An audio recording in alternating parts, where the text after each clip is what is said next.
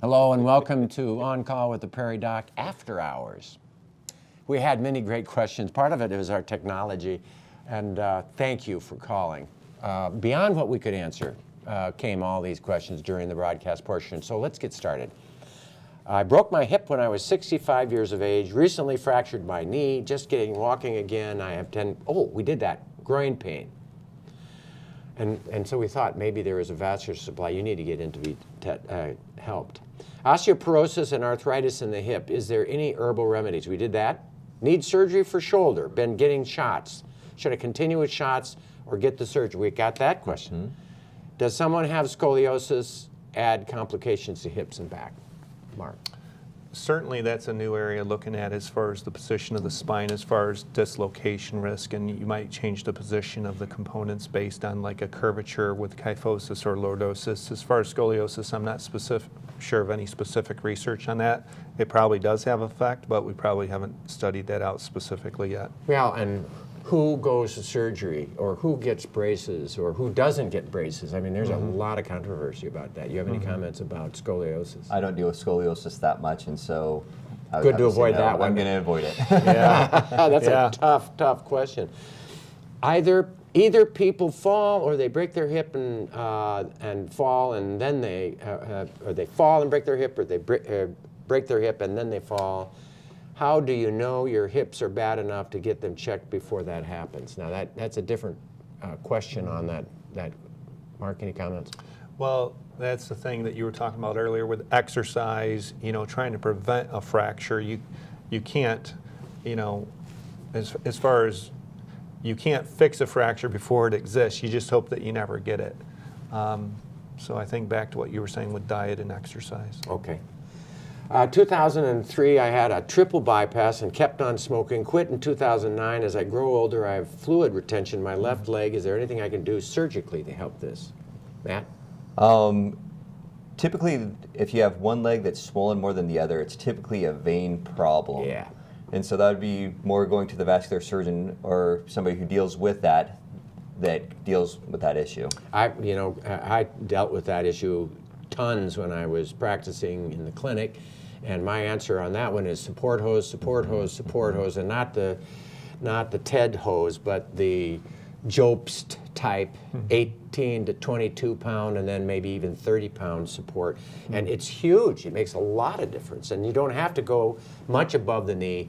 Sometimes people do go above the knee, but I think you get 90% of your bang for your buck if you go to the knee, and people will actually wear those. So that was my answer on that one too. Sometimes it might be a clue that there is a heart problem too, but usually, like you said, Matt, if it's one side, it's most often the veins were shot because of a clot in the past.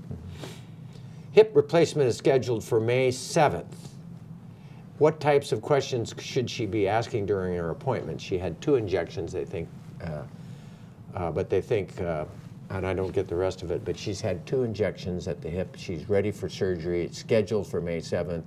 What questions should be asking? Are you having it done robotically? Okay, that's your point. If not, come and see me. Yeah. But a hip replacement is an important surgery, and yeah, I think just dangers. Knowing the surgeon's reputation for doing that particular procedure, looking at the outcomes is super important because, again, this is a surgery that, if done correctly, it's a home run operation. A home run operation. Get her done. That's the point. Hip replacement in 2002 hurts at night and when laying on it.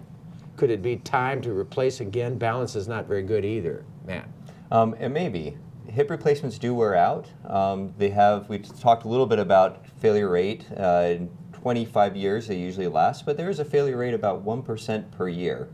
So the piece of plastic that's in the hip replacement might be worn out and might be causing some problems. So it's the socket part, not the ball. Typically it's the socket part and not the ball. And you can go in and replace that socket. You can.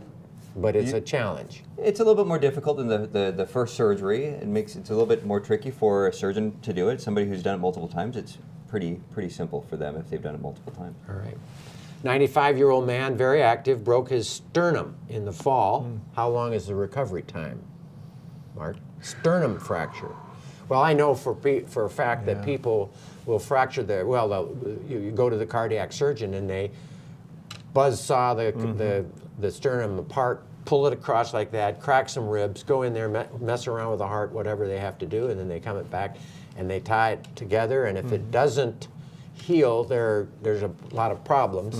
You can get non-union, but most of the time it'll heal in 4 weeks. Wouldn't you say? Isn't that where each broken part gets sticky? Yeah, with the sternum, I don't see a lot of sternum fractures, but in general, fractures, maximum healing time is 6 months, but most of them are healed in a couple months to 3 months. I think the other thing is knowing that the sternum's attached to the ribs, seeing if it's radiating from the sternum onto the ribs. The other thing is checking the sternoclavicular joint, which is where the clavicle meets the sternum, to see if there's some post-traumatic arthritis in there. Oh, that's probably part of it. Because if he did it in the fall, it should be healed from the fracture itself.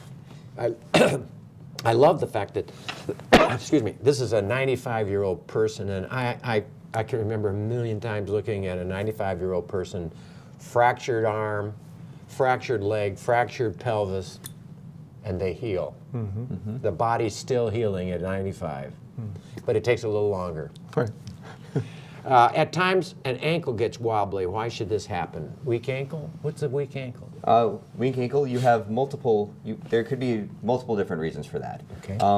One is you can have ligaments. If you have sprained your ankle multiple times, you could have ligaments that are not tight anymore that can cause a weak ankle. You also can have the tendons that are attached to the muscles of the legs a little bit more weak that could cause a weak ankle. So the muscle strength isn't the greatest, and so that could cause you to have a weak ankle. You can also have other problems that affect your balance that you could be perceiving that that's a weak ankle. All right, but I keep thinking back on the picture of the golfer who turned around and waved because he had a hole. Yeah, right. And then his ankle just went clunk, and he reached down and he slapped it back into position, and then he walked away and played to the end of the game. What's that story? Well, I just heard about that peripherally, so, I heard he fractured it. But going back to what he was saying about just wobbly ankles, there's nothing more important than getting the diagnosis right. That's a symptom, and really you need to have that evaluated to see if that's a fixable problem with surgery, or if it just needs therapy, or it needs bracing, or what. Physical therapy, it won't hurt to start with physical therapy. No, that's a wonderful place to go. And then we have an unrelated question. She opened her mouth really wide to get some stuck food out, and she felt something move. Now when she chews, it snaps all the time. So it's a jaw issue. Explain that. Your jaw has a joint as well. It's up right by your ear. And she could have a piece of cartilage that's there. There's multiple different people to see for that, but could have some of that clicking coming from that joint in the jaw. I know that some of the oral surgeons know you're going to have arthritis in your jaw because you have to move it forward and out of the joint too much because your jaw is back too far. And so they can make the jaw, they break the jaw, put in that artificial bone, make the jaw match better, and then the joint works better. There's a lot of things about jaw that can cause chronic pain. And, well, thank you both for being here, and so much appreciate your expertise. Thank you. Thank you for having us.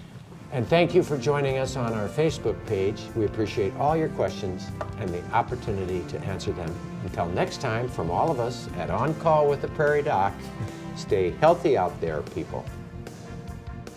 On Call with the Prairie Doc is very important to a lot of people in this area and in this region because it communicates a lot of very valuable information on healthcare, medical issues, answers specific questions. This project takes dollars. We have people in studios, and we have people that have to be paid, and we have to do production costs, even though Dr. Holm's time, our time, the guest time is all donated. We still have production costs. We have a great foundation called the Healing Words Foundation that oversees this whole operation and is responsible for some of the fundraising to promote these programs.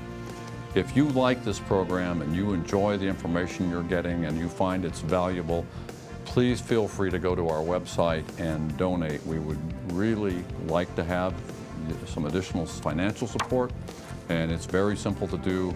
And again, it'll keep this program going for the foreseeable future. So the website is prairiedoc.org, O-R-G, prairiedoc.org.